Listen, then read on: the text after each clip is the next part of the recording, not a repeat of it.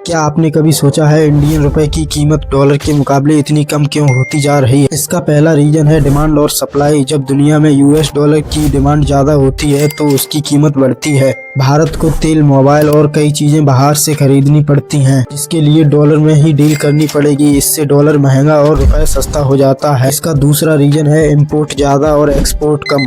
अगर कोई देश बाहर से ज़्यादा चीज़ें इंपोर्ट करता है और एक्सपोर्ट कम करता है तो उसकी करेंसी कमज़ोर होती चली जाए। भारत अभी कई सेक्टर्स में इंपोर्ट पर ही निर्भर है। और इसका तीसरा रीजन है महंगाई। जब से बीजेपी सरकार आई है तब से महंगाई आसमान छू रही है। पेट्रोल 60 रुपए से 100 रुपए हो गई, डीजल 45 से 90 हो गई। और अगर महंगाई ऐसे ही बढ़ती रही तो रुपया और कमज़ोर होता चला जाएगा, क्योंकि पैसे की खरीदने की ताकत कम हो जाए। इसका फोर्थ रीजन है फॉरेन इन्वेस्टमेंट। जब विदेशी इन्वेस्टर्स भारत से पैसा निकालकर अमेरिका जैसे देश में इन्वेस्ट करते हैं और रुपए को बेचकर डॉलर खरीदते हैं तो रुपए की कीमत गिर जाती है। और इसका फिफ्थ रीजन है इंटरेस्ट रेट का फर्क। अगर अमेरिकन बैंक ज्यादा ब्याज देते हैं तो इन्वेस्टर्स वहां पर पैसा लगाना पसंद करते हैं, जिससे रुपए की कीमत गिर जाती है और डॉलर मजबूत रहता है। तो कुल मिलाकर रुपए कमजोर होने की कोई एक वजह नहीं है, इसके बहुत सारे कारण होते हैं। इंटरेस्ट ज्यादा, महंगाई, विदेशी इन्वेस्टमेंट और ग्लोबल परिस्थितियां। जब तक भारत एक्सपोर्ट नहीं बढ़ाता और आत्मनिर्भर नहीं बनता तब तक रुपए कमजोर बना रहेगा।